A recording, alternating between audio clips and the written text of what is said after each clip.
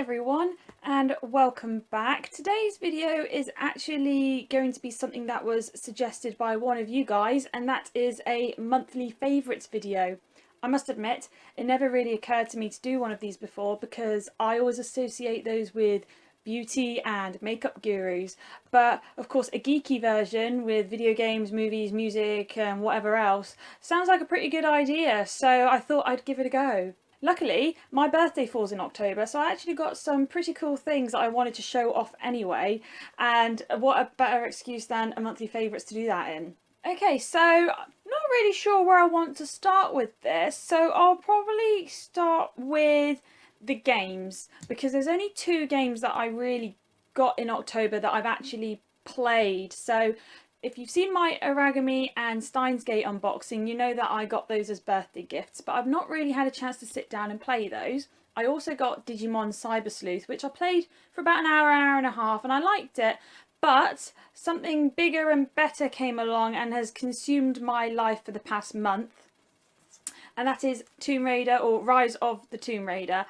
I really like this game. It's once you get used to some of the extra bits they've included, and by that I mean like the expeditions and the Croft Manor level, so the DLC essentially, once you get used to those additional bits, it becomes a really enjoyable on a whole. Before I got my head around it, I only really liked the campaign and Lara's Nightmare, I didn't like it, and then once I actually sat down, calmed down and tried to play it properly, I got used to it.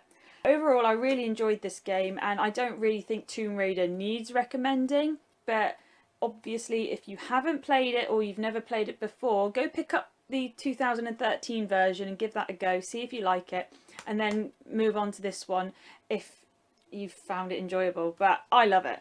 The second game I got actually is combined with something else that I got. I finally invested in an Xbox One S because, you know, they've come down in price. I mean, they've really come down in price. So I figured now was a good time to invest in one, because the odds are I won't get a Scorpio, I won't get a PS4 Pro or all this other kind of nonsense that's coming out. So I might as well just get myself an Xbox One S. And I got myself the Gears of War 4 bundle. So unfortunately, as you can see, it's not a physical copy of the game, it's a digital download code, but it's one of those ones that's transferable between Xbox One and PC, which is pretty cool. Not that really applies to me, but it's interesting that that's an option now. So yeah, again, I've only really played a couple of hours of this because I've been playing Tomb Raider. I really wanted to get Tomb Raider finished before I moved on to this, because hopefully me and John are going to play cooperatively online, because I'm not very good at this game, I must admit.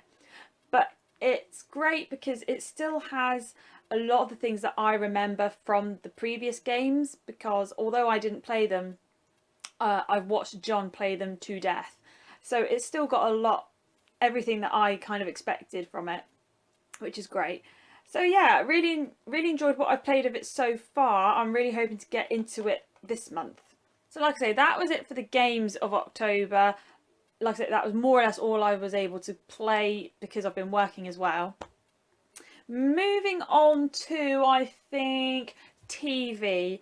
So one of the shows that I really have always liked is Drifters, which is on E4 over here in the UK. I don't know if it's a show that really anyone overseas has heard of yet, but it's basically a female version of The Inbetweeners. That's probably the only way I can describe it to people who've never seen it before. But the new season has just started, and it's so cringeworthy, but it's like, you know, when people say it's like a car crash, some people look away and some people just stare. That's kind of what this show is like. You want to turn away and you want to tell people to stop doing what they're doing, but it happens anyway. And it's girls, so it's crude. It's usually about them getting boyfriends, that sort of thing. So it sounds girly, but it really isn't. Like I say, it's more like The Inbetweeners, if anything. But that's a show I definitely recommend, and it's one of my personal favourites anyway. Whilst talking about female-fronted comedies, I have also binge watched all of Two Broke Girls. So this is season 1, but I actually got seasons 4 and 5 for my birthday, so I was able to watch the whole lot at home. I'm aware that season 6 has just aired in America, but I don't think we've got it yet. I'm not too sure, because again, that also airs on E4 over here. But yeah, I personally think that seasons 1 and 2 of this are the better seasons, but it's still good fun to watch. Like I say, binge watching it is good fun. I just put the DVD on, and the next thing you know, over the course of the weekend, I've seen 40 odd episodes. So it's all good. Another show I recommend to people who enjoy sitcoms. I personally think this is one of the better sitcoms out at the moment. That might be up for dispute, but I enjoy it. Of course, new season of The Walking Dead started, and although I feel seasons 5 and 6 were a bit of a weird kind of doing this sort of motion, it kind of, you'd have episodes where it was just a total lull and then a total high and then a total lull, so on. Season 7 hasn't mucked about. Everyone was kind of anticipating that first episode, right? I haven't actually seen anything after episode 1 yet. That's the unfortunate thing, because I catch up with it on Now TV and I haven't had a chance to sit down and watch it yet. But so far, really enjoying Jeffrey Dean Morgan as the new cast member. He's probably the most refreshing aspect of the show in a long, long time. I mean, we see characters come and we see characters go, but his addition really does revitalise a little bit of excitement in the show, as whereas, you know, every now and then you get people come along and you just kind of think, oh, how long before they die, or oh, I bet they're going to be no good. I don't think that's going to be the case. Obviously, I don't read the comics, so I don't have a great amount of knowledge on his character basis or anything like that. Not to mention, you can't always read too much into the source material, because that isn't necessarily how it's going to play out. But yeah, Walking Dead, one of my favourite shows anyway, and I'm very glad that season 7 has started, and I'm hoping it gets better as it goes on. Finally, whilst we're on the subject of TV, this is the last one, Netflix has finally uploaded all of Goosebumps onto the UK Netflix. And I'm just so happy. It's not only is it nostalgic, but it reminds me that, or rather, it kind of makes me realise what a pussy generation kids are today, because if you try and air something like that on TV these days, it would have people up in arms and outrage and all sorts of nonsense, as whereas that was the sort of thing I grew up on and I loved it. And I've been binge watching all like 100 or so episodes throughout October, and I've been really enjoying it. So if you've got Netflix and you didn't realise Goosebumps was on there, and I'm talking the series, not the movie, then go and watch it if you're feeling nostalgic. Before I totally forget, I will mention a couple of movies that I've watched in October that I really liked. I don't have them physically to show you, but I finally managed to watch The Shallows. I really liked that, and I didn't have a problem with the CG whatsoever. And the second movie I really liked, me and John both liked it actually, and that was Ordinary World, starring Billy Joe Armstrong. Was pleasantly surprised by it. We really liked it.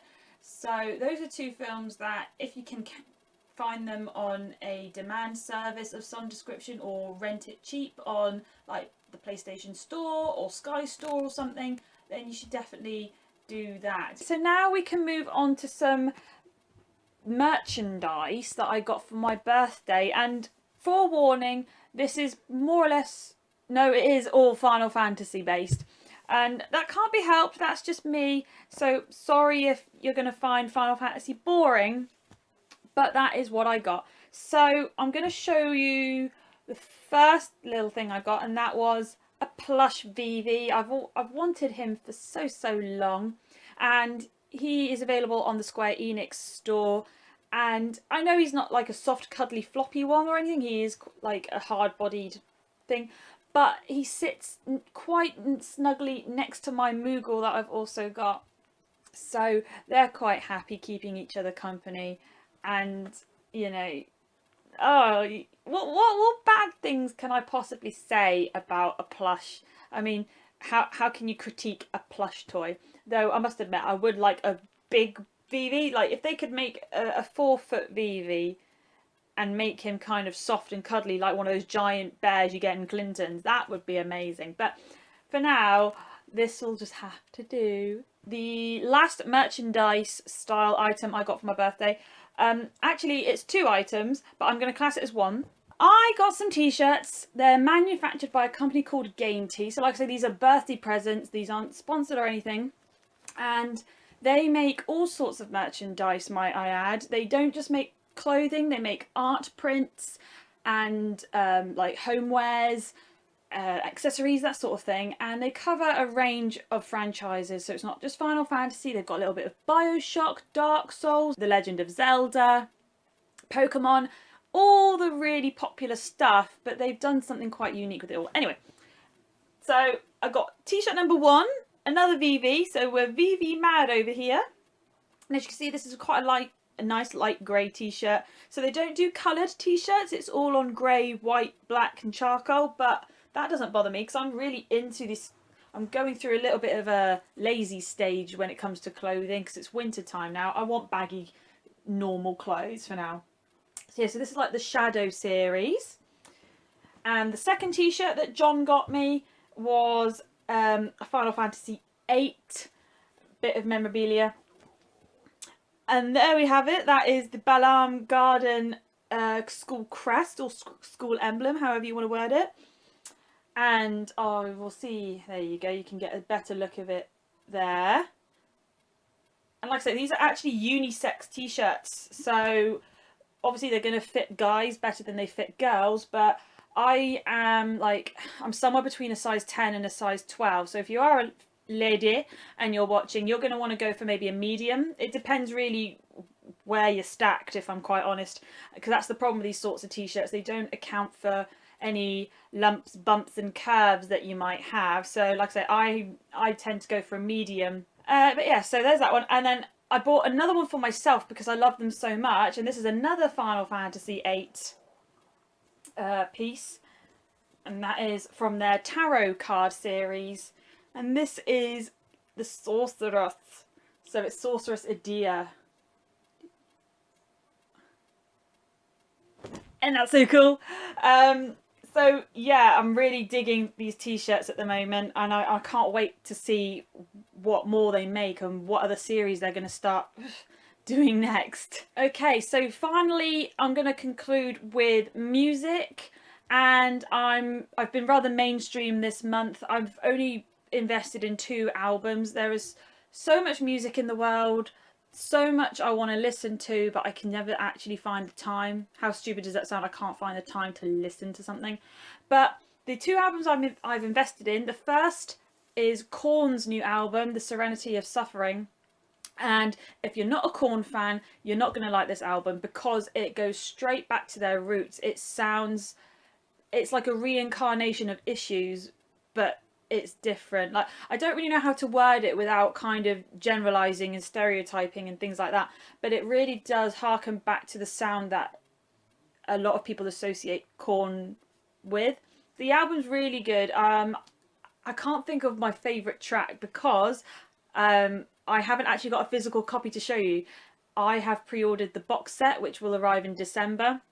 So I've only got a digital version of the album at the moment. I can't remember what my favourite track is, but generally speaking, there isn't one track that I dislike. The second album I invested in this month, October, I keep forgetting we're in November now. So the second album I bought in October was Testament's new album, The Brotherhood of the Snake. And this fares very differently from their previous album, which was Dark Roots of Earth. They're very different albums. They're still both thrashy, but I don't really know. I mean, the Dark Roots of Earth, there was a lot of political stuff in there. You kind of have to read between the lines, but there was a lot of politically driven stuff in there. This is just full on, just pure on thrash, really. There's a little bit of speed metal in there somewhere as well. There's a little bit of influence of this, that and the other. And my favourite track, if I had to pick one, it would be Seven Seals. That is definitely my favourite track so far. I'll have to listen to it more to kind of get a feel of the whole album, but that's definitely the track that has burnt itself into my mind. Oh yeah, that is some cool album artwork. If you're not into heavy metal of any description, be it thrash, be it industrial or black, whatever, if you're not into any of that, then obviously my music suggestions are going to be a waste of time. But those are the two that I'm jamming out on at the moment. Last item, I lie, there is one more thing to show you, and it was another birthday gift. It's what I'm currently using to record my audio, so it might not be perfect, but it's better than using the microphone built in onto the camera. And that is the Video Mic Me by Rode. This I think was about £50. I'm not too sure. Like I say, I did get it as a gift, but I did suggest it to John, who then suggested it to my mum, and she's a bit of a budget freak, so she wouldn't have got it if it was expensive, put it that way. Yeah, this is really an affordable piece of equipment, so if you're struggling with audio for whatever reason, this just plugs straight into your phone. You can use the voice recorder option on your mobile phone, and then you can just overlay your audio over your video. I mean, I'm still using Windows Movie Maker. You know, I really am not a skilled or advanced video editor, and I don't pretend that I am. But this just makes it a little bit easier when I kind of like say something wrong or fluff up, or if I'm trying to adjust my levels. So yeah, I do recommend this if you're looking for a cheap, easy, quick piece of equipment to get your head around all that sort of thing. Alright, that is definitely it. That is absolutely everything for my October favourites. So like I say, some of that was birthday and some of it I did by myself. But let me know down below, is there anything there that you particularly like yourself? And I'll be interested to hear what you guys got. What are your October favourites? As always, check my description box. I will put the link in there for places like Game Tea and a bunch of other places that you can buy this stuff from, just in case you want to go and check it out for yourself. Go ahead and give the video a thumbs up. That would let me know that you've enjoyed it. And to be honest, I've really enjoyed making this, so I would love to have this as a regular occurrence. So go ahead and give it one of those. And don't forget to click the subscribe as well. That way you'll be notified, yada yada. You know what the subscription button does by now. And as always, thank you very much for watching, and I'll see you all again soon. Bye!